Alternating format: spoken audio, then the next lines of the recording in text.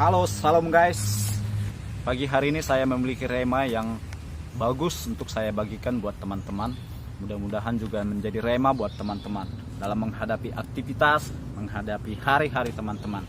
Oke, saya tertarik untuk membacakan Amsal 13 ayat 20. Saya bacakan untuk teman-teman dengarkan. Barang siapa bergaul dengan orang bijak, dia menjadi bijak. Barang siapa bergaul dengan orang bebal, dia menjadi malang. Oleh sebab itu, mari kita bergaul dengan orang bijak, guys. Supaya kita juga, guys, boleh belajar untuk menjadi orang yang bijaksana. Nah, guys, yang menjadi permasalahannya adalah bagaimana kita mengetahui teman kita itu bijaksana atau enggak. Yang pertama, guys, kita lihat ketika dia mengambil keputusan. Yang kedua, ketika dia di dalam masalah, bahkan di dalam hal terburuk pun dia tetap bersikap benar, bahkan tetap mengandalkan Tuhan. Berarti itu dia orang bijaksana, guys. Kita perlu bersyukur, guys, ketika kita memiliki teman-teman yang bijaksana, karena kita memiliki banyak keuntungan. Yang pertama, ketika kita banyak masalah, ada yang menguatkan kita, guys. Ketika kita jatuh, ada yang menopang kita. Orang yang bijaksana, guys, adalah orang yang menegur kita dengan penuh kasih. Jadi ketika kita ditegur pun, kita tidak merasa dihakimi, kita tidak merasa dituduhi. Sementara kalau kita biarkan diri kita ini bergaul dengan orang yang bebal, maka kita menjadi orang yang malang, guys. Nah, ciri-ciri orang yang bebal adalah yang pertama, suka melawan nasihat orang tua, guys. Yang kedua, suka melanggar rambu-rambu lalu lintas. Yang ketiga, guys, bangga dengan kenakalan sendiri. Nah, yang ketiga ini, yang bangga dengan kenakalan sendiri ini, biasanya bocil, guys. Para bocil. Jadi kalau Anda bukan bocil, jadi jangan bangga dengan kenakalan Anda, guys, ya. Tapi banggalah kalau Anda di dalam hadirat Tuhan, guys. Dan ciri orang yang bebal yang keempat adalah orang yang tidak suka dengan firman Tuhan. Selalu berlawanan, lalu menghindar dengan ibadah-ibadah. Itu adalah orang yang bebal, guys. Nah, keempat ciri itu kalau ada pada diri teman kita, perlu kita menghindari dia, guys, supaya kita tidak menjadi orang yang malang. Jangan kita berikan telinga kita kepada orang yang bebal, supaya kita tidak dimasuki dengan aura-aura negatif, dengan perkataan-perkataan negatif. Karena apa yang masuk, maka itulah yang keluar, guys. Kalau yang negatif masuk dari telinga kita, yang negatif pula yang kita lakukan. Nah, guys, apa sih yang dimaksud dengan bijaksana itu?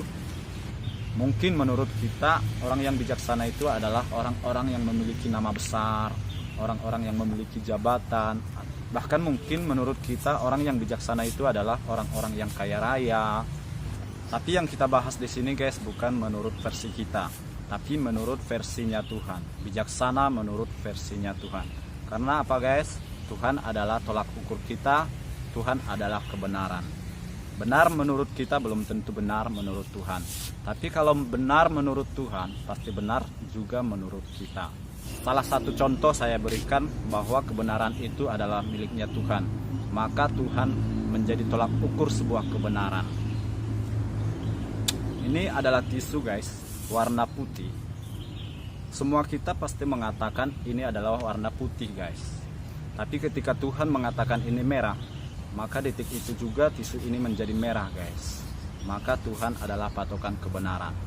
Oleh sebab itu kita belajar tentang bijaksana versinya Tuhan.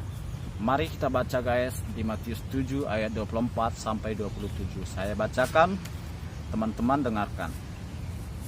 Setiap orang yang mendengar perkataanku ini dan melakukannya, ia sama dengan orang yang bijaksana, yang mendirikan rumahnya di atas batu, kemudian turunlah hujan dan datanglah banjir. Lalu angin melanda rumah itu, tetapi rumah itu tidak roboh, sebab didirikan di atas batu. Tetapi setiap orang yang mendengar perkataanku ini dan tidak melakukannya, ia sama dengan orang yang bodoh, yang mendirikan rumahnya di atas pasir, kemudian turunlah hujan dan datanglah banjir. Lalu angin melanda rumah itu, sehingga rubuhlah rumah itu, dan hebatlah kerusakannya. Nah, di ayat ini guys sangat jelas menyatakan bahwa orang yang bijaksana guys adalah orang yang suka mendengarkan firman Tuhan dan suka merenungkan firman Tuhan. Dan tentunya mendengarkan dan merenungkan setiap hari guys, bukan sekali seminggu. Sementara orang yang bodoh guys, orang yang mendengarkan firman Tuhan tapi tidak melakukannya. Nah, ini guys benar-benar bebal guys. Tuhan aja yang nyuruh, Tuhan aja yang larang, nggak didengarkan, nggak dilakukan. Apalagi kalau kita yang menasehatinya guys. Wah, pasti mantul guys nasihat-nasihat kita. Perlu dijauhi orang-orang kayak gini guys. Mahalang nasib kita guys. Nah guys, yang perlu kita catat dalam hati kita adalah kalau kita mau menjadi orang yang bijaksana, jadilah orang yang bijaksana versinya Tuhan. Jangan bijaksana versimu atau apalagi versinya orang lain. Menjadi orang yang bijaksana versinya Tuhan, maka bergaullah dengan orang-orang yang bijaksana versinya Tuhan juga. Bagaimana caranya? Ya bergaullah dengan orang-orang yang suka firman, suka beribadah, suka menyembah, suka berdoa.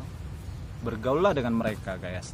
Maka kamu juga pasti memiliki hati yang suka firman Tuhan, memiliki hati yang suka beribadah, suka merenungkan firman Tuhan, dan suka melakukan firman Tuhan. Supaya kamu menjadi orang yang beruntung guys. Ketika kamu jatuh, ada yang menguatkan, ada firman Tuhan yang mereka bagikan. Bahkan ketika kamu lemah, ada teman yang menuntun kamu guys, supaya kamu nggak sesat, supaya kamu nggak jatuh guys. Oke guys, demikian rema dari diri saya yang saya bagikan kepada teman-teman. Mudah-mudahan bermanfaat juga buat teman-teman sekalian. Mulai saat ini kita buka hati kita untuk selalu mendengarkan dan merenungkan firman Tuhan. Dan juga jangan lupa kita juga harus memiliki keluarga rohani. Teman kita saling menguatkan, teman kita saling mendoakan. Bahkan menjadi teman kita untuk berbagi firman Tuhan. Oke guys, salam. Selamat beraktivitas, Tuhan Yesus memberkati.